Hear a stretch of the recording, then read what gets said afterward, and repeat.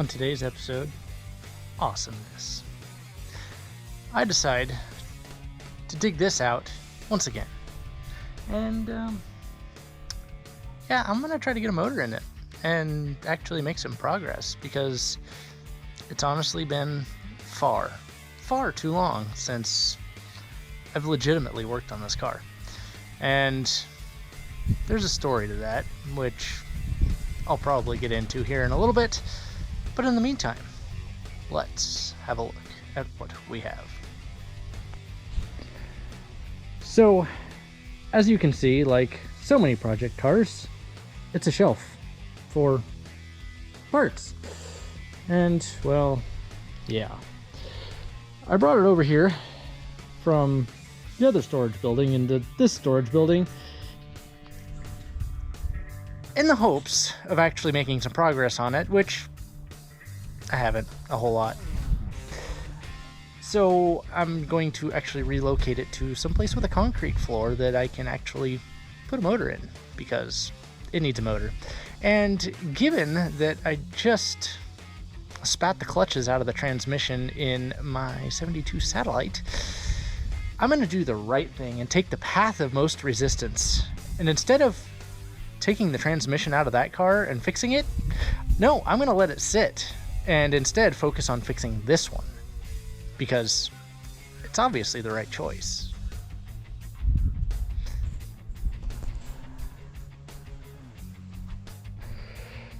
Back to our Charger sitting in storage. Yeah, I took the time to put some air in the tires because, well, that's nice.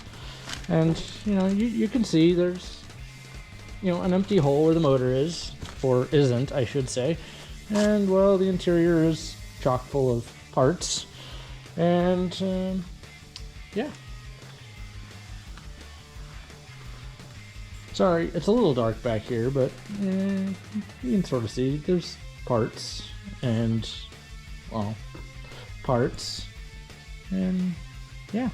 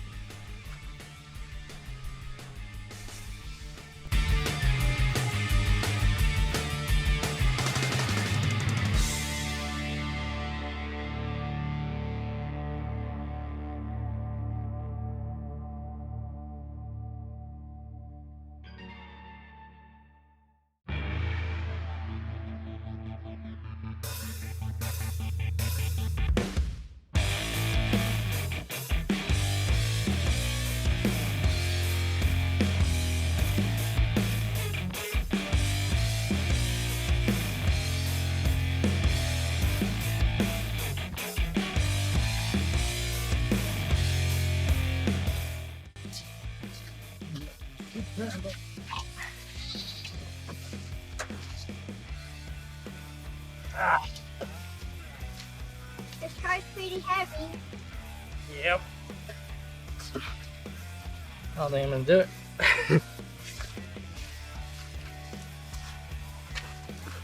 Take some of the turn out. Turn the other way just a little bit.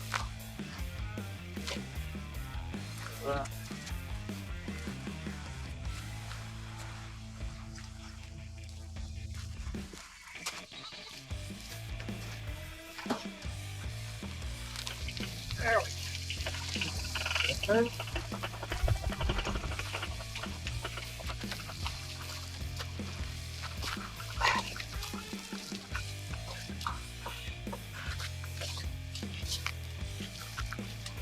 I think that's it.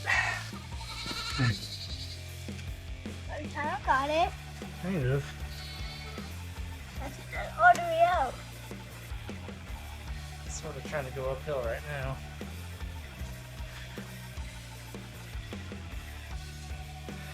If we backed it up and then turn it again.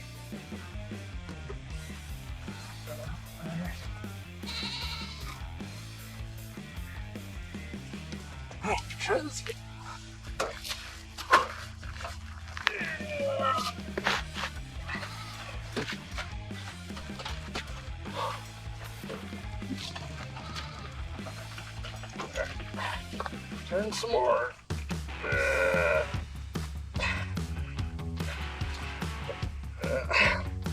Okay. I made it.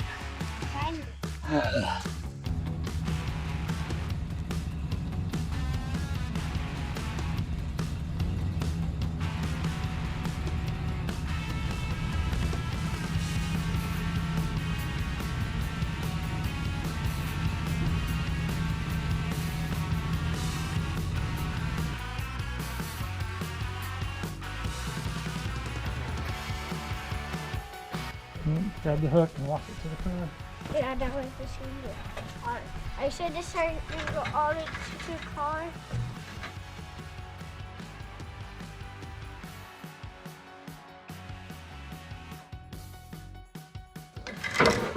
Get it! Get it! Go to the side of the car and go past a little bit. Get it! Pull! Pull it! Help it! Get it! Pull harder!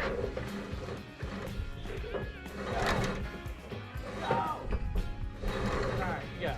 Nicely done! Huh? Nicely done!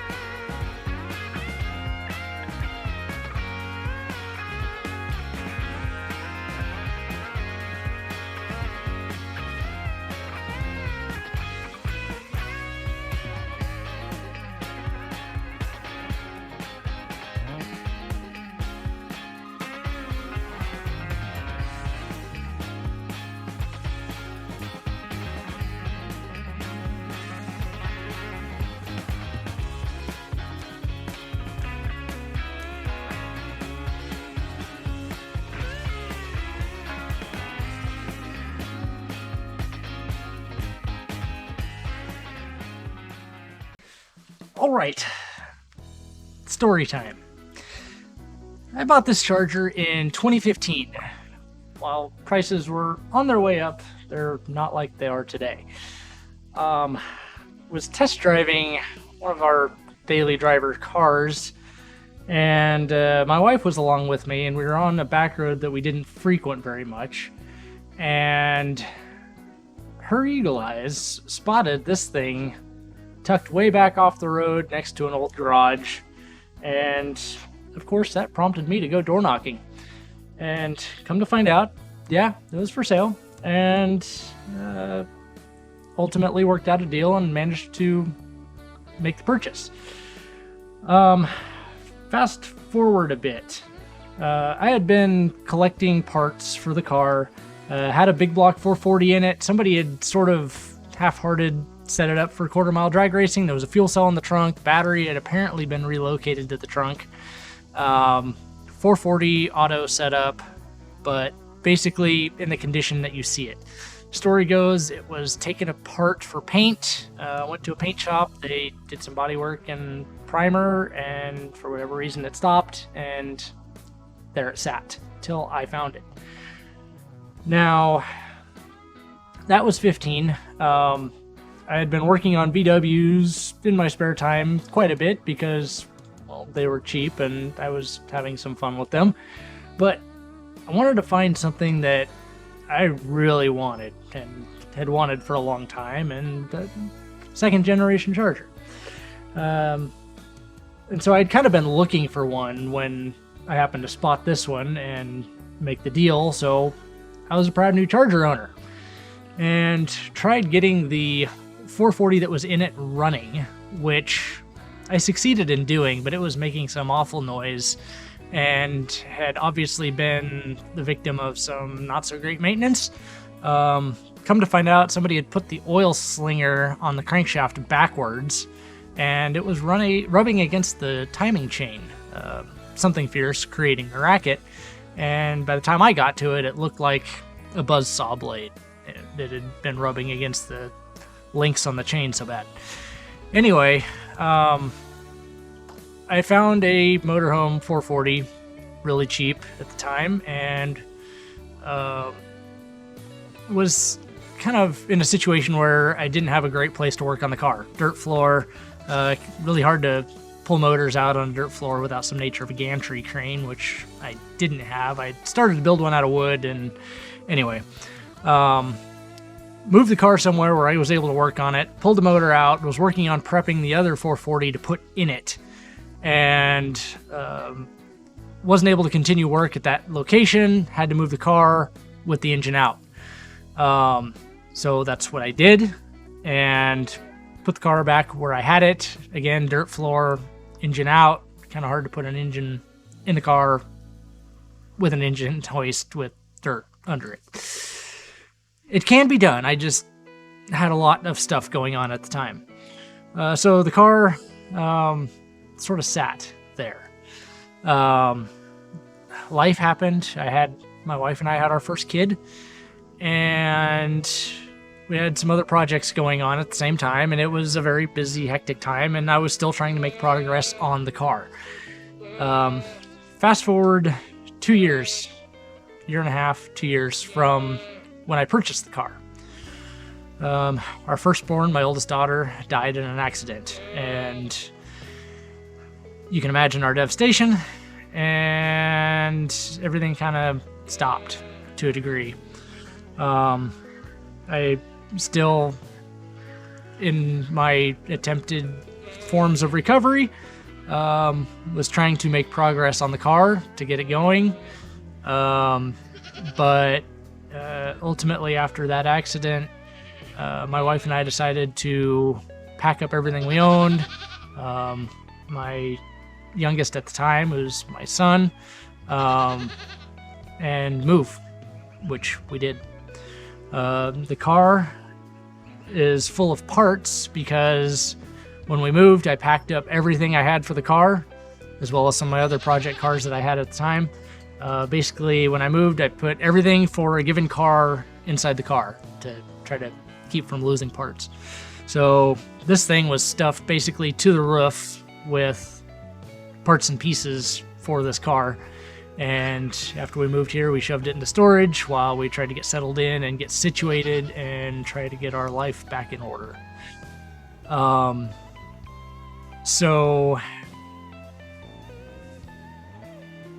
basically, fast forward again another few years. Obviously, I've collected some other cars in process. Why, you ask? Haven't I continued on this? Lots of things. Namely, I discovered in that motorhome 440 there was some rust in cylinders, and I wasn't super eager to put it in the car as is, let's say. And with all the cam and lifter issues, flat tappet cam and lifter issues that have been plaguing the industry and the hobby lately, I was eyeing down having to spend in excess of $2,000 to get a roller cam and lifter set up for a rebuilt 440, which I had the makings of. And, well, I'm not a rich man, and most of the cars, save for this one and a couple others, I've bought for under $1,000. They're just a few $100s here and there. Yeah. So, yeah, I could have saved some money and eventually put it towards the motor, and probably should have. I get that. But I've also been fighting, through various depression issues, obviously related partially to the accident. And, well, surrounding myself with way too many project cars is my form of surrounding myself with things that bring me joy, whatever joy that I can extract from the existence I have without my daughter in it.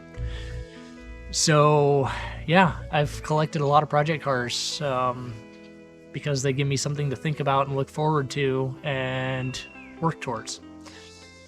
That being said, this one has always been my holy grail, and I've desperately wanted to get it going, and the price tag of the roller cam setup has really put a damper on getting it going. That being said, somewhere along the way, I acquired a 400 big block that is supposedly just a low compression smog dog runner. And, well, I'm tired of waiting to drive this car and enjoy it. So I pulled it out today because I'm going to put that 400 in this car, and like Freiberger said, don't get it right, just get it running. And that's my goal. So I brought it over here to the shop last fall in an effort to get it closer to tools and ease of being able to work on it. But that part of the shop has dirt floor, obviously. And it, again, is hard to put a motor in on a dirt floor. So that was sort of part of the problem. Now, given that I've basically broken the transmission in my 72 Satellite, I was looking forward to doing some autocross runs in that car this season. And yeah, I knew the transmission was slipping and I was kind of planning on a rebuild, but I was hoping to get another few runs out of the car before that happened. And well, on the first outing of the year, essentially, it kind of let go with a bang, and no more forward gears, only reverse. So that car is out of the running for the time being. I mean, obviously I can pull a transmission and rebuild the car just fine. That's totally in the cards, and it will happen. That being said, there's a lot of rust in that car, and there's a lot of things that I would really like to fix in that car. And, well, I'd like to make it better. And again, don't get it right, just get it running. And I get that. And yeah, I'm going to pull the transmission. I'm going to rebuild it. It's coming. It's a matter of time and money. In the meantime, I've got a 400 that should run.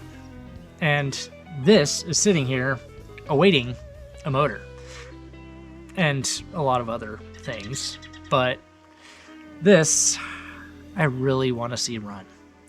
It's been, well, as of this year, it's been 9 years since I bought this car. And I've never driven it. And that makes me sad. And, well, I want to drive it. And I'd like to drive it this year. And honestly, I'd actually like to run the autocross course with it. I know my son loves this car. Well, everybody in my family loves this car. This is pretty much the family favorite, and I need to get it going for that reason. My daughter, who's now gone, used to call this Daddy's race car, which at the time it was. I mean, she called any cool old car a race car, but this was Daddy's race car. And she loved this car. And I kind of want to build this ultimately as a tribute to her. Because, well, she was everything at the time, and she's not here. That being said, I need to get this thing going. It doesn't need to be right. It just needs to be running. Yes, I eventually want to clean it up and paint it and do all the things, but I also want to actually be able to drive it and enjoy it soon.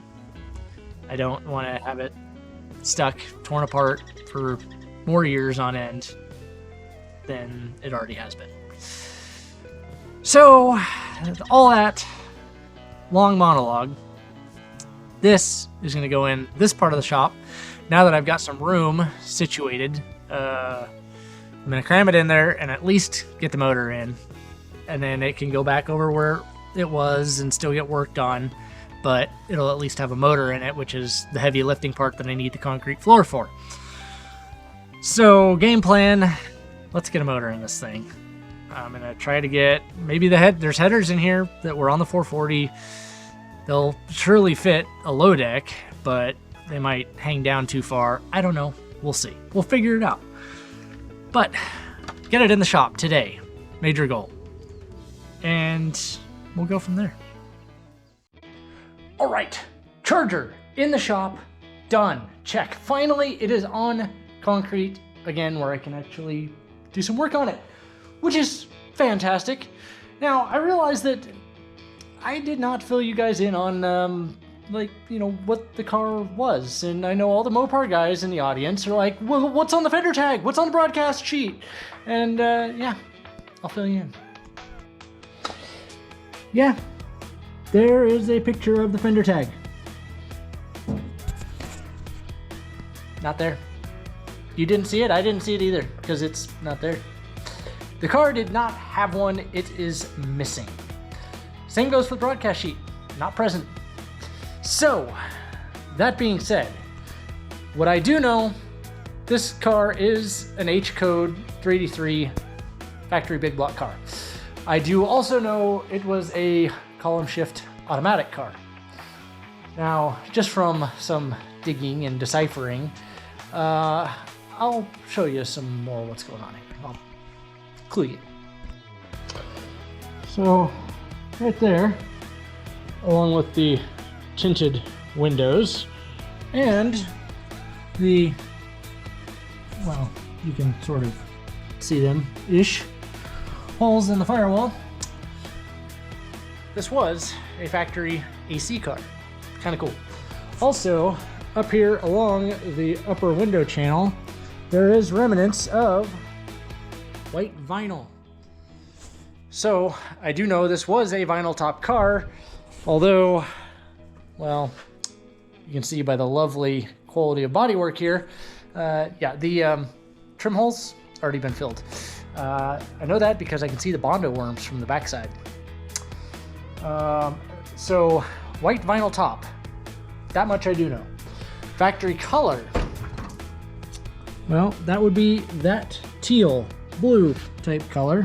Not that, but you can see like right there. Yeah. What is that, like QQ1 or something like that? I think I looked it up once. I'm not a numbers guy. So yeah, I do know that much. Also, it seems that it had a white interior, vinyl, assuming. Not really sure.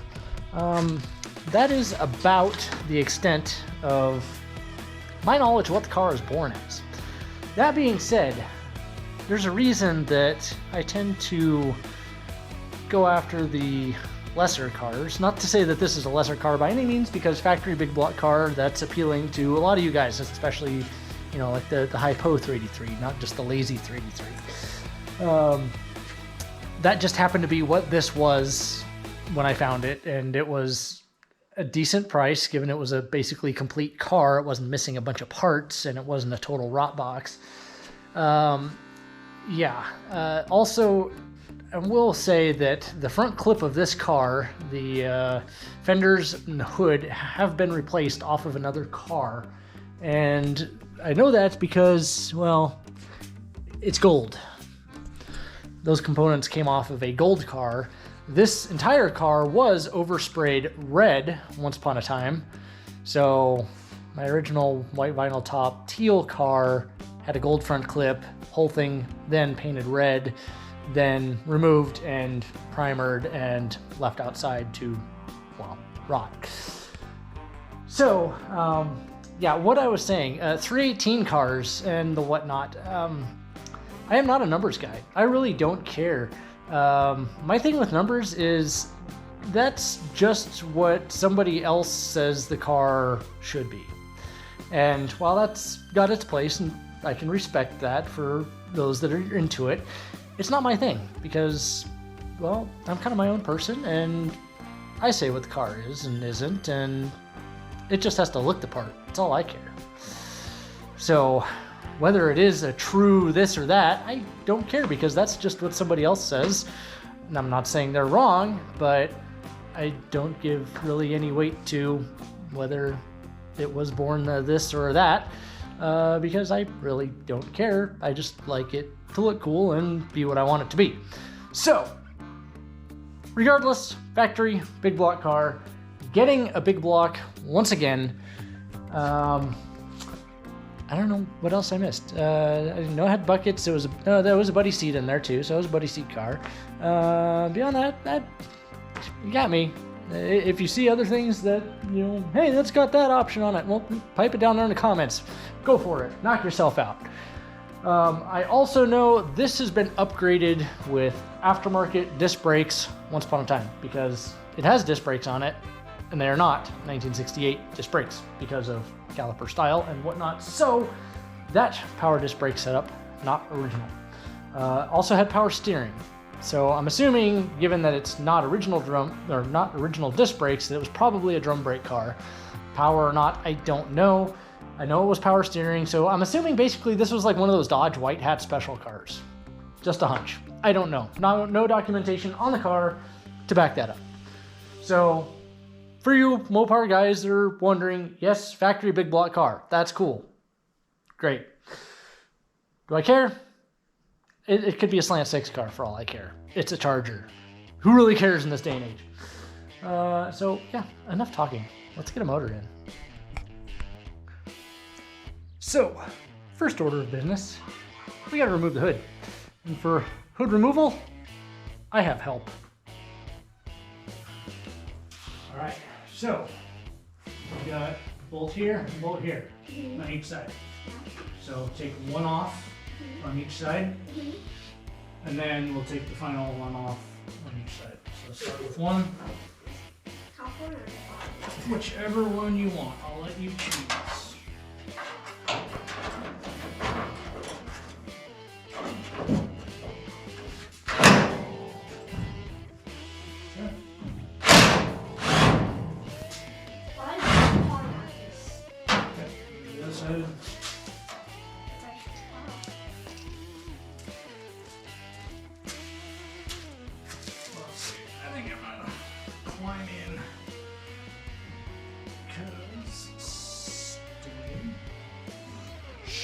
Stay. Steady. Whoa. Gently. Easy now. Oh, now Nick's gonna be our video too. He said, video? They would, when Nick's being in our video too.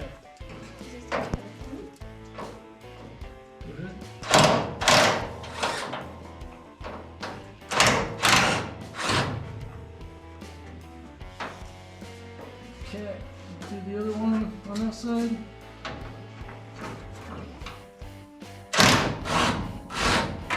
Okay, now on to the other side.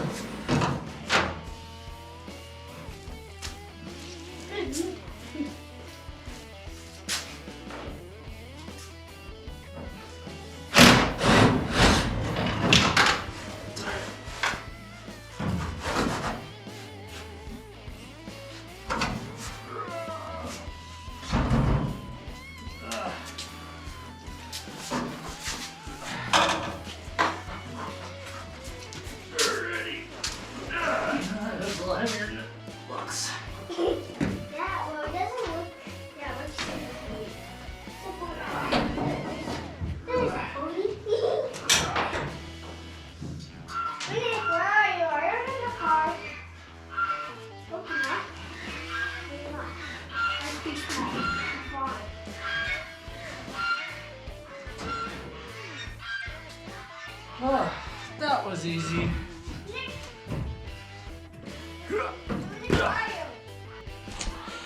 You'll have to forgive the geese because, well, it's that time of day and, well, they get noisy about this time of day and they're being noisy. So, sorry for the noise. Farm life. Anyhow, engine bay. This is basically as I left it. As I left it 7, 8 years ago? Something like that. Yeah, about 7 or 8. Yeah. So the motor had been removed. The transmission is held up by a 2x4 with a piece of rope. It's literally been holding that thing up for 7, 8 years. Sorry for the interruptions. Yeah, so anyway, as I left it 7 or 8 years ago, 2x4 is holding transmission up by a piece of rope. The exhaust is just basically sitting here on the tie rod because, well, I was too lazy to take anything further apart, and I was planning on just a quick motor swap, but the quick motor swap wasn't so quick. Instead, it's 8 years later. So, here we are. This is what I have to work with. I had left the power steering pump sitting on the cross member, transmission lines disconnected, the radiator was no good. I had gone to have it repaired, ultimately wound up having it replaced, and so I've got a new replacement in a box ready to go in. Yeah, another cool feature, sway bar. Anyhow, yeah, this is what I've got to work with. So now, time to dig motor out. So, believe it or not, right there is a 400 sitting under the workbench where it's been for, well, basically since we moved in. So it's been, more math, 6 years that it's been sitting right there. And, well, it's high time to not have it sit there anymore and get it out into a vehicle. Now we just got to move everything else.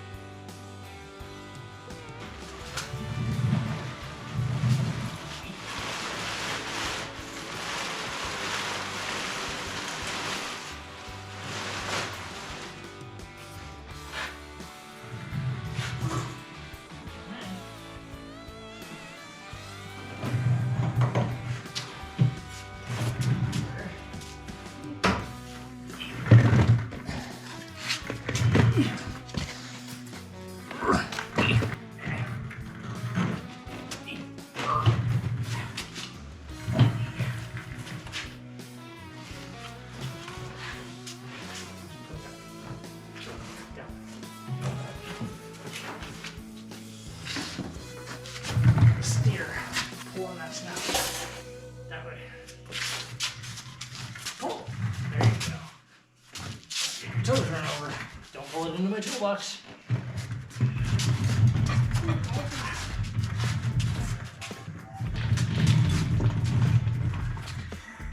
Have you stretched them out?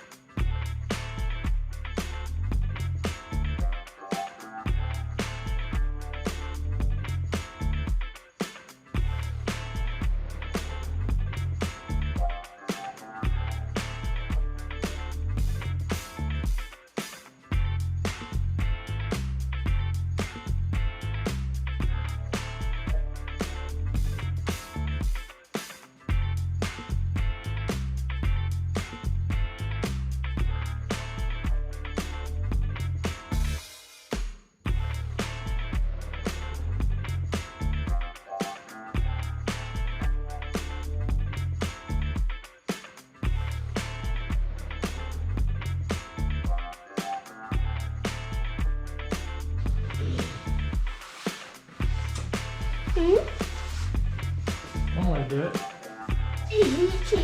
And I'm small. I failed that.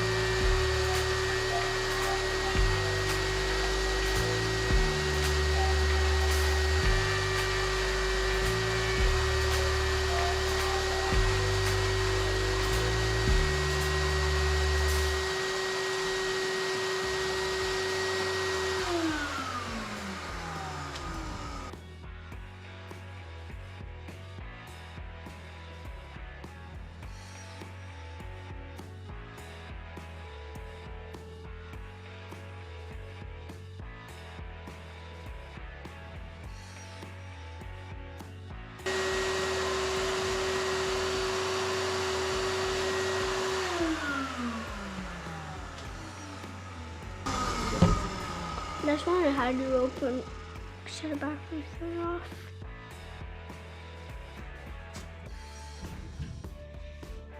I could ask Brad you.